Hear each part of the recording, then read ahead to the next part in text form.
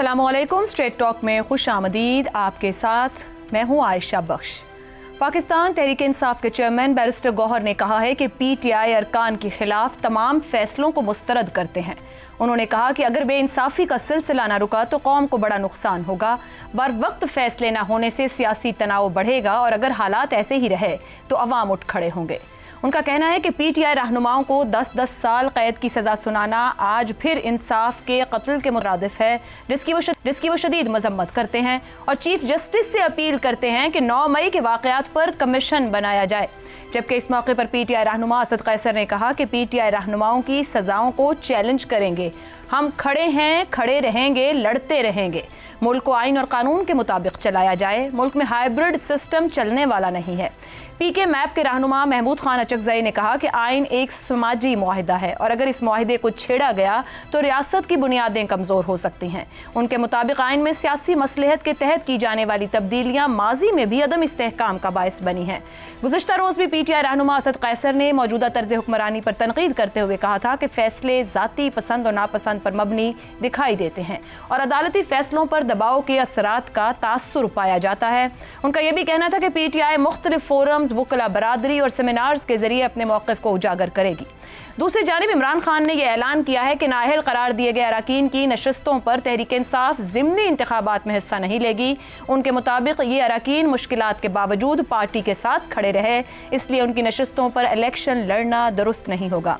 ये तमाम बड़े बयानात इस सवाल को जन्म देते हैं कि पाकिस्तान के मौजूदा सियासी अदम इस्तेहकाम को किस तरह कम किया जा सकता है।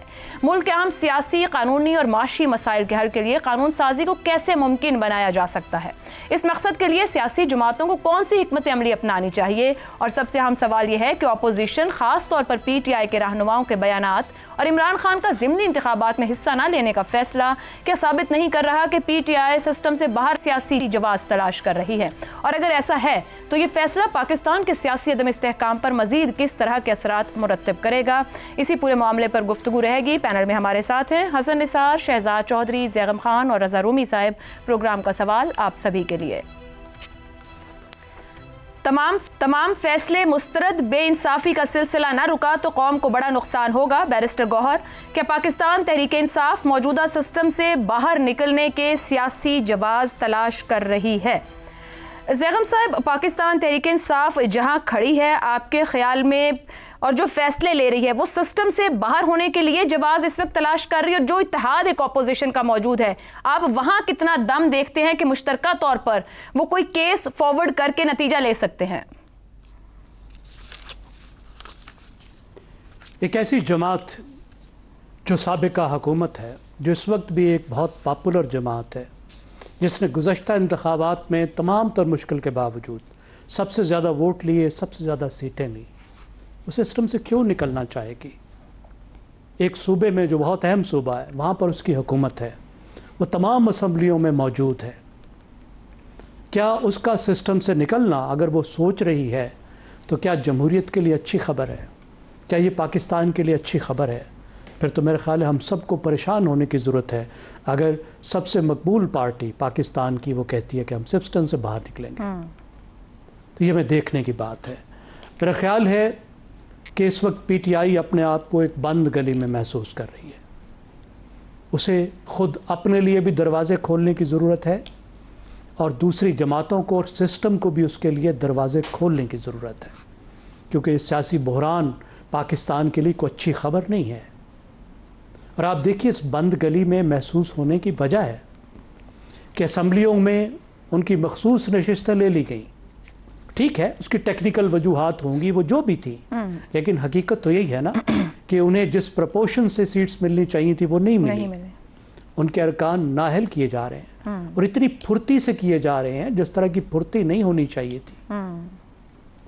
आखिरकार को वो मुंतखब लोग हैं, करोड़ों लोगों ने उनको वोट दिए हैं, फिर अदालतों से उनको सज़ाएं दी जा रही हैं और जिस तरह अदालतें सज़ाएं दे रही हैं उस पर भी सवालात उठ रहे हैं, फिर उनको एहतजाज की इजाज़त नहीं मिल रही। तो अब मसला ये है कि एक तो स्ट्रेटजी की बात है PTI की अपनी तरफ से कि इमरान खान ने इस बंद गली से बाहर निकलने के लिए, दरवाज़े को खोलने के लिए मज़ाहिमत का रास्ता मुंतखब किया है। उस रास्ते पर चलकर पीटीआई मज़ीद मुश्किलात में फंस गई है और फंस रही है कि अगर इनकलाब ला सकते तो फिर ले आते, लेकिन वो नहीं हुआ ना। और शायद इमरान खान को जिस तरह की इतलात पहुंचनी चाहिए वो भी नहीं पहुंच रही। सही। उनको बताया जाता है कि बस पूरी कौम तैयार है, आप जेल से कॉल देंगे तो पूरा पाकिस्तान उठ खड़ा होगा। और ये वो लीडर करते हैं जो इमरान खान को एक जाके बात करते हैं, लेकिन बाहर जो काम करते हैं वो बहुत मुख्तलिफ होता है। तो एक पीटीआई की लीडरशिप, उनके अपने साथी कहते हैं, फॉलोअर्स कहते हैं कि उनमें से बहुत बड़ी तादाद कंप्रोमाइज्ड हो चुकी है। ठीक। जो इमरान खान को भी ना नहीं करते, लेकिन बाहर आकर जिस चीज़ का वादा करके आते हैं वो नहीं करते, वो करने को भी तैयार नहीं होते। उसमें भी वो बहाने ढूंढते हैं, किसी तरीके से जान बचाने की कोशिश करते हैं। टकराव का वादा करके आते हैं लेकिन मसालियत का रास्ता अपनाते हैं। तो मसालियत के लिए तो मसालियत की फिर स्ट्रेटजी होनी चाहिए। दुरुस्त मज़ाहिमत कि अगर स्ट्रेटजी आपकी वो मज़ाहिमत की है और आपके एक्शंस अगर मसालियत के हैं, तो ये फिर बहुत बड़ा एक कन्फ्यूजन है जिससे पीटीआई के लिए मुश्किलात बढ़ रही हैं। अब इमरान खान बात सिर्फ इस्टेब्लिशमेंट से करना चाहते हैं। बिल्कुल। और बातचीत मुमकिन जो थी वो सियासतदानों से थी, जो मेरे ख्याल में बेहतरीन रास्ता था कि सियासतदानों से दरवाजे खोले जाते, उनसे बात की जाती और मिलकर कोई रास्ता निकाला जाता।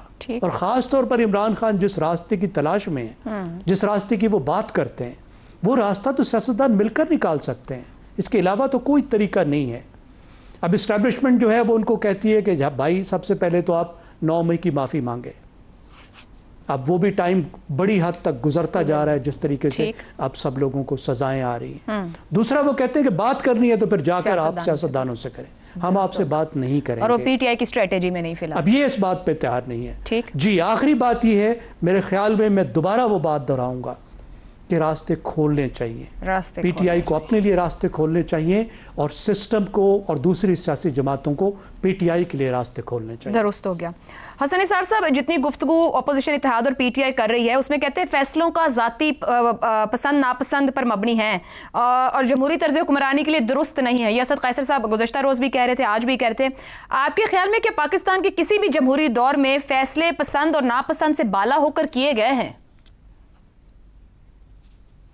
कभी नहीं। देखें, बात सुने, हम बहुत बातें करते हैं बगैर जाने सोचे समझे। इनकलाब और ये नज़रियाती और नज़रिया, ये सारी इस्तिलाहें गैर मंतकी, गैर हकीकी और आउटडेटेड हैं। इनकलाब से इनकलाबों के ये ज़माने नहीं रहे। और जो नज़रिया वो तो मार्क्सिज्म वगैरह वो तो सोवियत यूनियन के साथ ही गर्क हो चुका है सारा कुछ। लेकिन आज भी नज़रिया, इनकलाब और इनकलाब को रोमांटिसाइज ना किया करें। इनकलाब याद रखें, पूरी तारीख उठा के देख लें, हर इनकलाब पुराने जालिमों को नए जालिमों से रिप्लेस करने का नाम है। दुरुस्त। खैर, अच्छा, अब आपका जो सवाल है दिलचस्प है, मज़ा का खेज भी है। सियासी सिस्टम है कहाँ जो इससे बाहर निकलने के जवाब की तलाश की जाए? बताएं मुझे, is there any political system? Sir है तो सही, कंटिन्यूटी ऑफ हाइब्रिड सिस्टम। भाई एक नहीं, मैं आपसे जरा मुख्तलिफ तरीके से लफ्जों को देखता हूँ। बिल्कुल गलत, ये गैर सियासी है। अच्छा, हाइब्रिड का लफ्ज जो है, मैं तो इसे हाइब्रिड भी नहीं समझता। आपको मुर्गी देखनी नसीब ना होती अगर हाइब्रिड चिकन ना होता। It's a reality. लेकिन ये हाइब्रिड भी नहीं है। प्रॉब्लम ये है, most hated people are calling the shots. अच्छा, एक्सेप्टेबल नहीं है।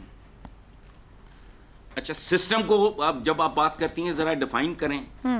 47। अच्छा, तो आगे देखो, इनकी मर्जी है, इनकी पार्टी है, इनकी जागीर है, इनकी गाड़ी है, जहाँ जहाँ जिस मर्जी स्पीड से चलाएं, जहाँ चाहे ब्रेक लगाएं, जहाँ चाहे रिवर्स मारें। हू एम आई टू? एक याद दिला देता हूँ, Benazir Bhutto was a political animal. उन्होंने हिमाकत की, ये जो पता नहीं क्या थे, ये टटपूंजिए इकट्ठे हुए 85 में गैर जमाती इंतखाबात का उन्होंने वो किया बायकॉट।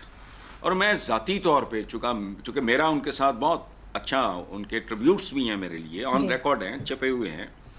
वो सारी ज़िंदगी इस बात पे रिग्रेट करती रहीं तो मैं मशवरा तबसरा कोई नहीं, बाकी वे सिस्टम से बाहर जाना तो सियासी जवाब, केड़ा सियासी जवाब। सर पीटीआई ऐसे सिस्टम को खुद भी छोड़ के पहले भी निकली असेंबलियों से, अगर अभी दोबारा जिमनी का हिस्सा नहीं बनती तो आपके ख्याल में सही फैसला करेगी, गलत फैसला करेगी?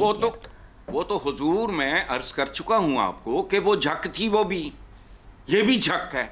मिसाल दी मैंने। हाँ, बिल्कुल सही। भुट्टो वाज अ पॉलिटिकल, पर फिर पीपल्स पार्टी ने दोबारा वैसी गलती कभी नहीं की, बल्कि 2008 में नून लीग को भी वापस लेकर आई बेनजीर की शहादत के बाद। तो मैं ये कह रही हूँ कि पीटीआई की लर्निंग हो गई होगी इस प्रोसेस में। फिर कोई यही सीखने वाले पे डिपेंड करता है। सीखने वाले हैं वैसे। सिखाओ आज वायलेंस से नहीं, वायलेंस बजाना मुझे सिखाओ आप। मुझे आता होगा। आई एम प्रिपेयर्ड टू पे यू एनी अमाउंट।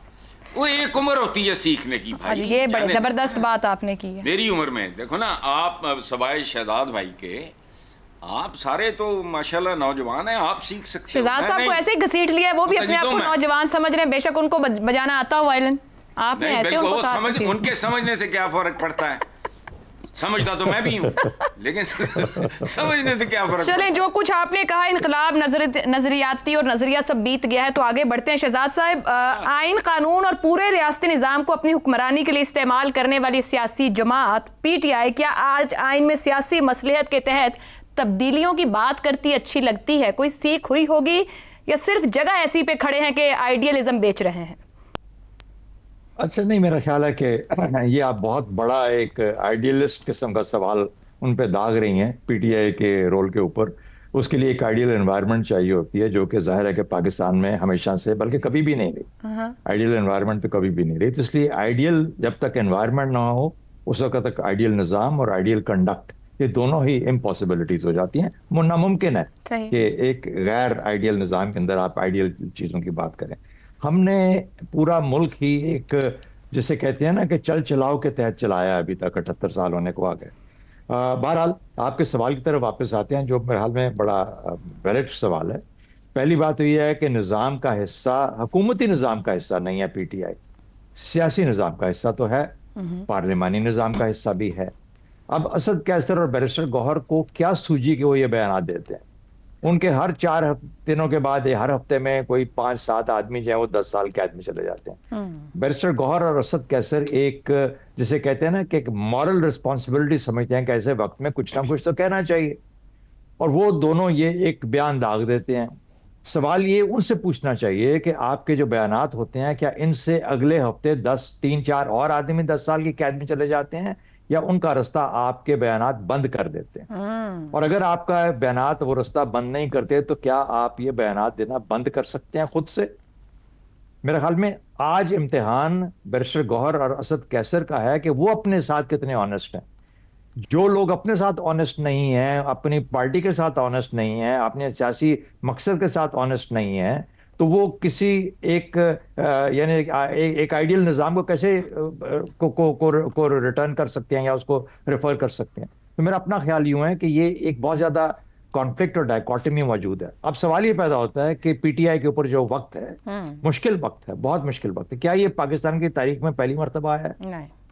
क्या पाकिस्तान पीपल्स पार्टी के ऊपर 77 के बाद ये वक्त था? उन्होंने 11 साल कैसे गुजारे? उसके बाद क्या नैप पे, नेशनल अवामी पार्टी पे भुट्टो साहब के ज़माने में वक्त, मुश्किल वक्त था, उन्होंने ये वक्त कैसा गुजारा?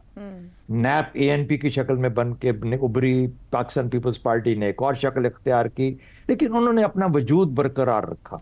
इसका मकसद इससे होता है कि आप सियासत किस मकसद के लिए हासिल करना चाहते हैं। हसन साहब ने तो इनकलाब को बिल्कुल रद्द कर दिया। मैं एग्री करता हूं उनकी बात से कि इनकलाब की बात मत किया करो, इनकलाब के बाद भी जो निज़ाम आता है वो उससे ज़्यादा सख्त और जबर वाला होता है जो चल रहा होता है। तो इसलिए वो बात तो गई, लेकिन उसको बेहतर करना भी तो किसी की जिम्मेदारी है ना। सही। वो मेरा और आपका और हसन साहब का काम तो नहीं है, वो तो उन लोगों का काम है जिन्होंने सियासत को पेशे के तौर पे अपना लिया।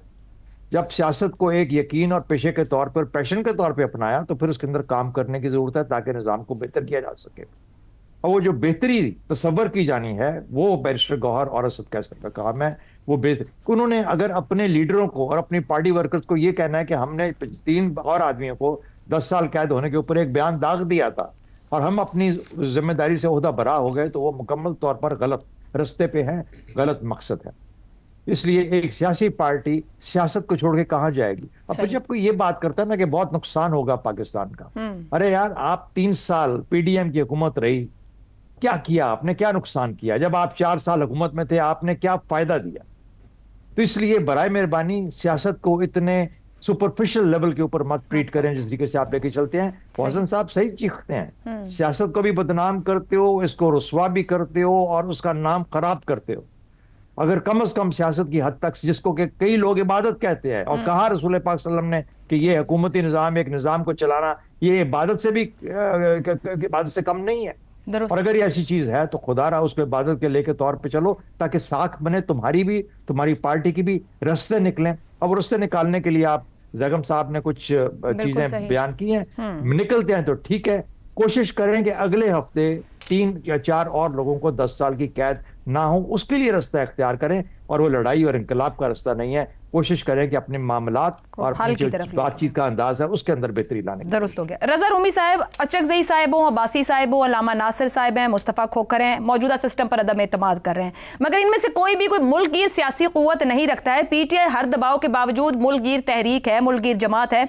ऐसी जमात का अब तक सिस्टम को चैलेंज करना कोई असरात नजर नहीं आ रहे। क्या आने वाले अरसे में पीटीआई अगर सिस्टम से बाहर जाने का फैसला करती है, आपके ख्याल में सिस्टम पर कोई असर आएगा? इसका सिस्टम पे बिल्कुल असर आएगा आयशा। उसकी वजह यह है कि अभी जो भी इस जमहूरियत के साथ मुश्किलात हों या इसके नकाइस या इसकी खामियां हों, बहरहाल एक निज़ाम तो है, और इसीलिए हम तो वो मकूला यहाँ पर सादिक आता है कि बुरी से बुरी जमहूरियत जो है वो बेहतरीन आमरीत से बेहतर है।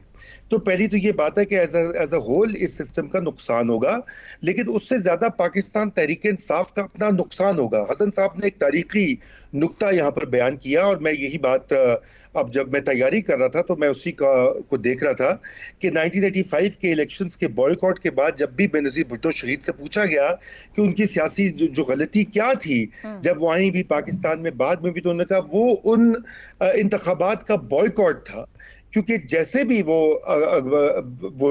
हालात थे, नामसाइद हालात के बावजूद जो है आपको पार्लियामेंट में एक जगह मिलती है। आज भी पाकिस्तान तहरीक इंसाफ को एक आवाज़ उनकी मौजूद है असेंबलियों में, कौमी असेंबली हो, सेनेट हो, सूबाई असेंबलियाँ हो। तो पहली तो ये बात है कि ये बिल्कुल ही एक अनवाइज, नाआकिबत अंदेश एक फैसला होगा अगर वो इसके ऊपर अमल पैरा होते हैं। मगर मसला ये कि इमरान खान साहब की सियासत जो है वो हमेशा से यूं ही रही है आयशा, कि वो ये आपको याद है कि 2 सूबाई असेंबलियां भी उन्होंने अच्छी खासी, जहां पे उनकी हुकूमत थी, उन्होंने उनको तोड़कर अपने लिए कितनी मुश्किलात का इजाफा किया। अब सोचिए, एक ऑल्टरनेटिव थॉट एक्सपेरिमेंट कीजिए कि अगर उन्होंने वो 2 सूबाई असेंबलियां ना तोड़ी होती तो फिर उनकी पार्टी का और वो कहां पर होते आज।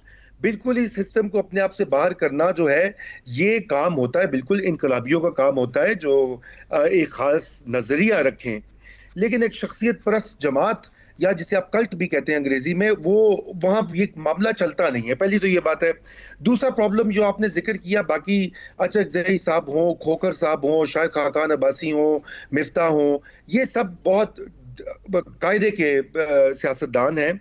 इनमें से बहुत सारे लोग कॉम्पिटेंट भी हैं, लेकिन उनकी मुल्कगीर कोई जड़ें नहीं है ताहाल, नंबर 1। और नंबर 2, अभी उन्होंने एक इकट्ठ भी किया था इस्लामाबाद में, जहां पर उन्होंने एक चार्ट ऑफ डेमोक्रेसी वगैरह का जिक्र किया। तो उसमें से सबसे पहला नुक्ता होना चाहिए था जो कल सुहेल वड़ाइक साहब ने अपने कॉलम में भी लिखा है। उन्होंने कहा कि जब तक पाकिस्तान तहरीक इंसाफ जो उनके दौर में जो कुछ होता आया है उसको एक्नॉलेज नहीं करके माफी नहीं मांगेगी तो आगे बढ़ने का अमल नहीं होगा। सियासी कुव्वतों के साथ कोई चार्टर ऑफ डेमोक्रेसी की रिवाइवल की सूरत नहीं निकल सकती।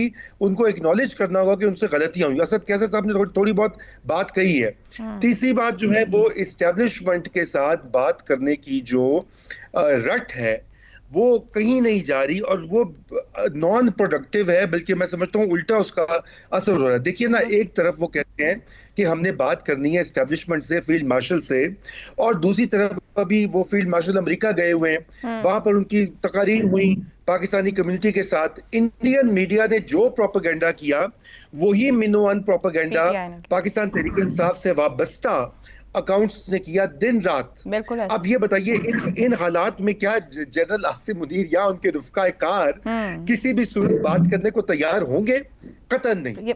कोई आप खुद डाल दीजिए अपने दुरुस्त हो गया रजा साहब। ये वही स्ट्रेटेजी की बात होगी जो ऊपर हो रही थी कि पॉलिटिकल स्ट्रेटेजी को देखने की जरूरत है पीटीआई को। ठीक है, दुरुस्त हो गया जी। यहीं पे गुफ्तगू को कंक्लूड करते हैं सेगमेंट में कि पीटीआई बंद गली में है और उसे अपने दरवाजे खुद खोलने हैं, अपनी पॉलिटिकल स्ट्रेटेजी को देखते हुए और अपनी लीडरशिप के ऊपर जिम्मेदारी डालते हुए। अभी ब्रेक लेते हैं, ब्रेक से वापस आएंगे तो हम बात करेंगे तालीमी इदारों में मनशियात का बढ़ता इस्तेमाल, मगर हुकूमत के पास कोई डाटा मौजूद नहीं है। आखिर क्यों? इस ब्रेक के बाद।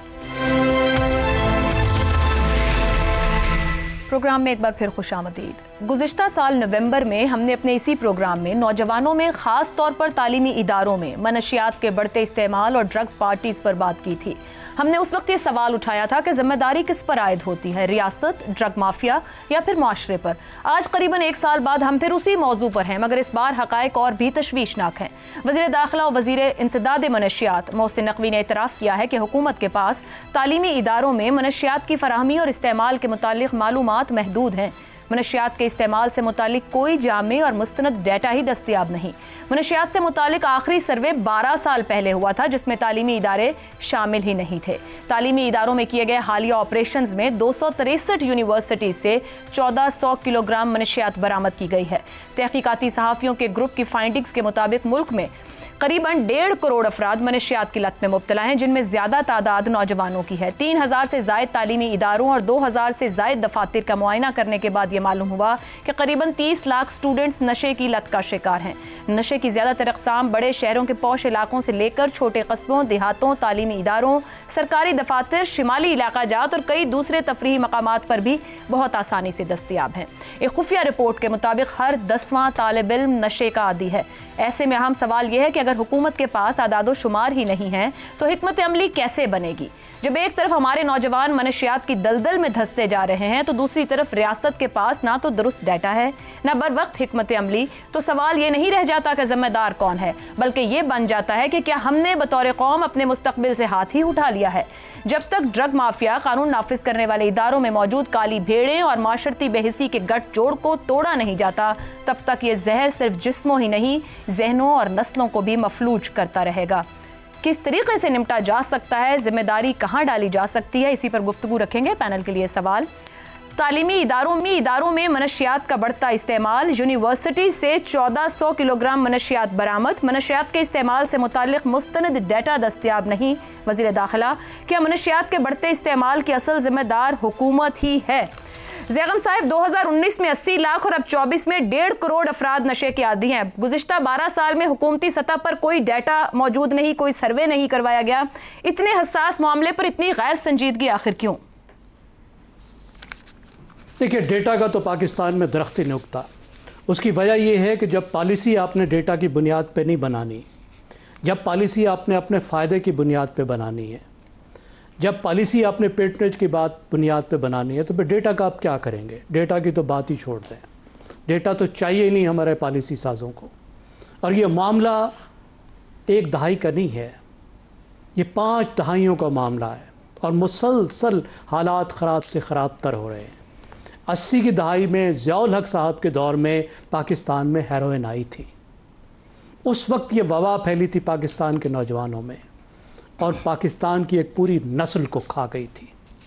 मैंने दर्जनों नौजवानों को ज़िंदगियों से हाथ धोते देखा और वो दिन है और आज का दिन है। पाकिस्तान की नस्ल बर्बाद हो रही है, नई नस्ल तबाह हो रही है, नए से नई मुश्किलात में जा रही है, ख़तरनाक से ख़तरनाक दवाओं में जा रही है। इस वक्त तो आप देखिए, पुरानी तो अपनी जगह पे मौजूद हैं, च्यूइंग टोबैको वो नस्वार भी मौजूद है, चर्स भी मौजूद है, गुटखा भी मौजूद है, हेरोइन भी मौजूद है और हालत यहाँ पे पहुँच गई कि आइस आ गई, मेथामेटाफीन आ गई, जो हेरोइन से भी कई गुना ख़तरनाक है और जिसको इस्तेमाल करके नौजवान ख़तरनाक तरीन जराइम कर रहे हैं। अपने घर वालों को, पूरे घरों को ज़िबा कर देते हैं, दूसरे नौजवानों को कत्ल कर देते हैं। ख़तरनाक तरीन जराइम वो उसको कर रहे हैं। और फिर नौजवान तालिब इल्मों को बात की, देखिए जो तालिब इल्म है वो तो इस मुल्क का फ्यूचर है, पूरे मुल्क को उन्होंने चलाना है, मुल्क की लीडरशिप उन्होंने करनी है। और इस क्लास का तालिब इल्मों का नशे में शामिल होना जाहिर करता है कि नीचे जो हालात हैं, जो दूसरे नौजवान हैं, जो आम नौजवान हैं जिनके पास तालीम भी नहीं है, वो इससे भी बदतर हालत में है। यकीन कीजिएगा इस वक्त हमारे जो मेहनत कश नौजवान हैं वो किस तरह इस लत में पड़े हुए हैं, आप तसव्वुर नहीं कर सकते। एक तरफ वो हैं, एक तरफ खुशहाल नौजवान। और मसला सिर्फ हुकूमत का नहीं है, मेरे ख्याल में सिर्फ हुकूमत पे जिम्मेदारी नहीं डालनी चाहिए। ठीक, जो बदलता हुआ समाज है उसमें जो हमारी बतौर नस्ल के जिम्मेदारी थी कि हम अपनी नई नस्ल के अपने बच्चों के साथ जुड़े रहते, उनकी इमोशनल नीड्स को पूरा करते, हम वो भी नहीं कर सके। पूरे माशरे में एक बेहिसी के ज़ाविये की आप बात कर रहे हैं, दुरुस्त हो गया। हसन निसार साहब, आबादी का 60% से ज्यादा नौजवान हैं, ड्रग यूजर्स में बड़ा नंबर नौजवानों का है।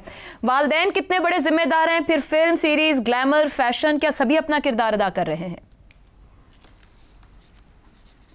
किसी का कोई कसूर नहीं है। मुनाफकत, एक शायर, मैं उनका नाम भूल रहा हूँ, गलत ना ले लूँ, उनका एक मिसरा सुने आज, मुझे 1 मिनट फालतू अगर दे दें तो मेहरबानी है जी। मिसरा है, हम हैं मुनाफकत के समंदर की मछलियां, गौर करें जी। अच्छा, ये मेरा जवाब मुनाफकों को हजम नहीं होगा, बट हु केयर्स।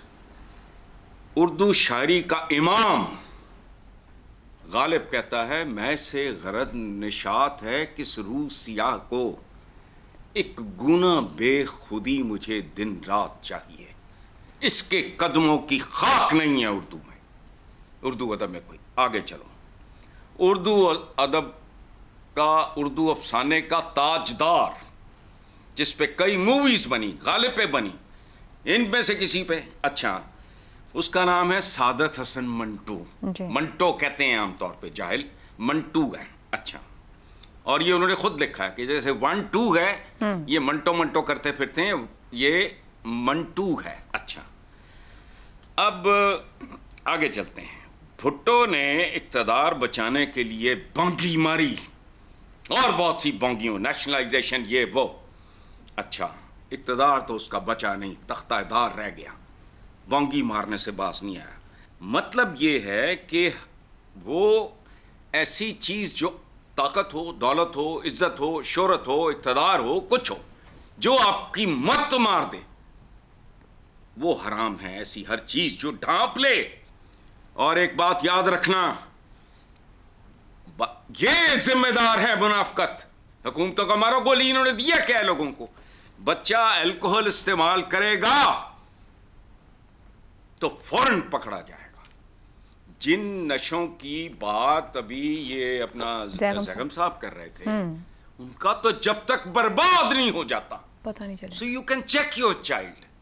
अब मैंने सुना है इस्लामाबाद में खोली, मैं मुबारकबाद देता हूं उनको कि मुनाफकत का ये काम बंद करो। It's not a crime. I know a lot of people. देखो बात सुनो जी, मैं कुछ और लोगों के नाम गिनवाऊं ना तो स्क्रीन से धुआं उठेगा। बड़े बड़े जगादरी और नामवर लोगों के नवासों की लिखी हुई किताब। अच्छा, उसको भी छोड़ो, हमारे गांव का कल्चर है, उन्होंने कहते हैं, सुनो जरा गौर नाल, भांडा पाना, भांडा पाना, उसको फिर वो मर्द डालते हैं, औरत फिर वो गिवन टाइम जो भी होता है, खवातीन घर की, वो उसको ना उसका वो तत्हीर करती है, फिल्ट्रेशन जो भी होता है। अच्छा, ये कल्चर है जी। दूसरा, स्कैंडिनेविया में एक पागल उठा, उसने पार्लियामेंट में कहा इंसान बनो, इतनी सख्ती मत करो, बैन उठाओ। ठीक हो गया, बैन उठ गया। लोग चुके चवल नहीं थे, सुनने वाली बात है। उसने कहा बैन उठाओ, फ्लड आ गया, सैलाब आ गया। 2 साल के अंदर अंदर वो तमाम इदारे बैंकरप्ट हो गए। सही, ये सारा कुछ हो रहा है, गवर्नमेंट को कुछ नहीं मिल रहा। खुदा का खौफ करो। ठीक हो गया हसन साहब, ऐसा नहीं है, दुरुस्त हो गया, ये नशाक हैं, ये ठीक हो गया हसन साहब। एक ब्रेक का वक्त हो गया, ब्रेक से वापस आएंगे, गुफ्तगू आगे बढ़ाते हैं। प्रोग्राम के आखिरी हिस्से में एक बार फिर खुशामदीद। शहजाद साहब, तालीमी इदारे ड्रग माफियाज के लिए आसान हदफ क्यों बनते जा रहे हैं? मेरा ख्याल है क्योंकि हम गलत तरीके से इसको हैंडल करने की कोशिश कर रहे हैं। जब भी हम मंशियात की बात करते हैं या इस तरह की किसी भी इल्लत की, तो हम हमेशा उसको माजी पे ले जाते हैं। या आप अफगान वॉर्स का जिक्र करेंगे, उसके अंदर आप किसी ज़ियाउल हक का जिक्र कर देंगे, हमारे बिगड़ते समाजी हालात का करेंगे, माँ बाप की तरबियत का करेंगे, लेकिन जो समाज में तब्दीलियां आ रही हैं उसके ऊपर कम से कम हमारी सोच होती है। और ये एक बहुत बड़ा फेलियर है। हम पुराने पैराडाइम से नए पैराडाइम्स को सॉल्व करने की कोशिश करते हैं। ये बदकिस्मती से सोशल मीडिया के साथ, जिस तरह सोशल मीडिया के ऊपर हम इतना टाइम लगाते हैं, ये मनशियात भी ये नए समाज का एक हिस्सा है। ये सिर्फ पाकिस्तान का मसला नहीं है, दुनिया भर में ये चीज़ फैली हुई है। जहां जहां पे बैन है वहां पे भी फैली हुई है। जिस मुल्क में मैं इस वक्त बैठा आपसे बात कर रहा हूं, यहां पर तो इसकी एक बहुत बड़ी इल्लत है, जो कि और बहुत सारी रियासतों ने उनको किसी हद तक कंट्रोल करने के लिए उसको इजाजत भी दे दी है। बहुत सी ऐसी रियासतें जिन्हें इजाजत नहीं दी हुई, अभी भी इलीगल है। ड्रग्स का जो मामला, 3 किस्म के ड्रग्स हैं अगर हम उनको ब्रॉडली डिफाइन करें, और अगर हम उसको इस तरीके से देखें, एडिक्टिव ड्रग्स, प्लेजर ड्रग्स और क्यूरेटिव ड्रग्स। यानी ऐसे जो कि जिनकी आदत पड़ जाती है, भंग है, अफीम है, ये आपका हमारे उस साइड पे हमारे इलाकों में बहुत आम है। लोग अपने आप को भूलने के लिए मुश्किलात को, जिस किस्म की ज़िंदगी है, ये ले लेते हैं, इस तरह की चीज़ें, फिर ये इसकी लत पड़ जाती है। फिर उसके बाद प्लेजर ड्रग्स हैं जो कि आपके हायर सोसाइटी के अंदर चल रहे हैं, बड़े अरसे से चल रहे हैं। ना शराब बंद हुई है ना ड्रग्स बंद हुआ। जहाँ शराब है वहाँ ड्रग्स भी साथ साथ चल रहा है। ये सब हकीकत है, ये कोई नई चीज़ नहीं है जो हमारे स्कूलों, कॉलेजों, यूनिवर्सिटीज़ में आ रही है। ये है वो हिस्सा, वहीं से, घरों से लेके, अपने मामलात, अपनी ज़िंदगी से लेके वहाँ पे लेके पहुँच रहे हैं आपके पास। और तीसरा क्यूरेटिव ड्रग, जहां पर के ऐसे ड्रग्स जो कि जिसका सबसे बड़ा मसला इस मुल्क में है, जहां पे ओपियोइड्स की वजह से, आपको रजा रूमी साहब बताएंगे कितनी हिलाकतें हो चुकी हैं, जो डॉक्टर आपको प्रिस्क्राइब करता है, उसकी आदत पड़ जाती है, उसके बाद फिर आप उससे छुटकारा नहीं हासिल कर पाते। तो पाकिस्तान, इसका ताल्लुक इससे नहीं है कि आप नहीं मैनेज कर सकेंगे, आप रास्ते बंद नहीं कर सकते।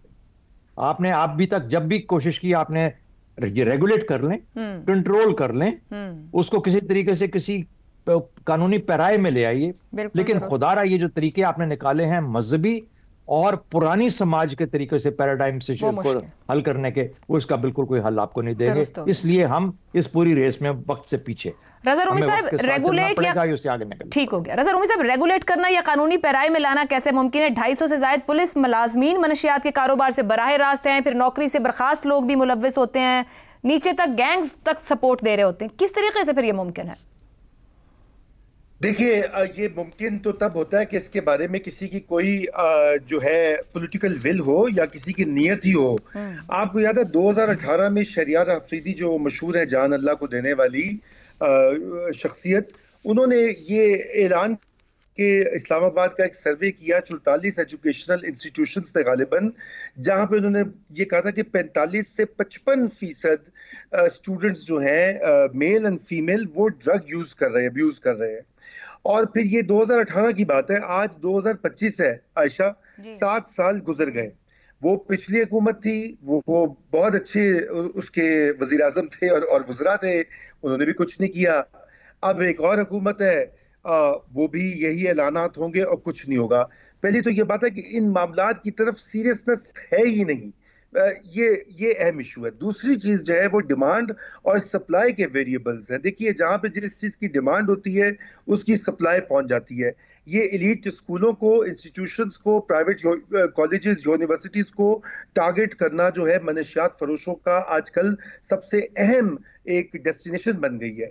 तो कुछ इस सप्लाई को भी देखना होगा, और जो पुलिस के अंदर काली भेड़े हैं, एंटी नारकोटिक्स के अंदर बहुत सारी काली भेड़े हैं, उनकी सफाई होनी होगी। और फिर जैसे अभी बात कही गई, वालिदैन, फैमिली और एक पूरा जो माहौल होता है घर की तरबियत परवरिश का, स्कूल में हमारे ये निसाब में शामिल होना चाहिए। हमारे स्कूल्स को और कॉलेजेस को इसके ऊपर तवज्जो देनी चाहिए।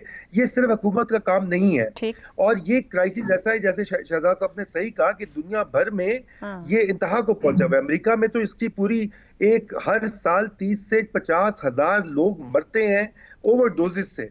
लेकिन प्रॉब्लम यही है कि वहां की जो डॉक्टर्स हैं वो प्रिस्क्रिप्शन देते हैं ओपियोइड की, और पूरा इसमें करप्ट माफिया मौजूद है जो ये लोगों को डिपेंडेंट बनाता है इस तरह की नशा आवर गोलियों पर। लेकिन हमारे यहाँ मसला जो है, हमारे मसला थोड़ा सा और संगीन है, और वो ये है कि हमने यूथ के लिए कोई एवेन्यूज नहीं खुले छोड़े, ना स्पोर्ट्स के, ना खेलने के मैदान है, ना कोई उनको अपनी होप दिखाई दे रही है, तो फिर उसमें वो मनशियात नहीं करेंगे तो क्या करेंगे? दुरुस्त कह रहे हैं रज़ा रूमी साहब, नौजवानों को और बहुत से एवेन्यूज देने की जरूरत है, क्योंकि जब डिमांड होगी तो सप्लाई खुद ब खुद वहां तक पहुंचेगी। तवज्जो इस बात पर करने की जरूरत है कि हुकूमत किस तरीके से नौजवानों को फैसिलिटेट कर सकती है। आज के प्रोग्राम से इतना ही, इजाजत दीजिए, अल्लाह हाफ़िज़।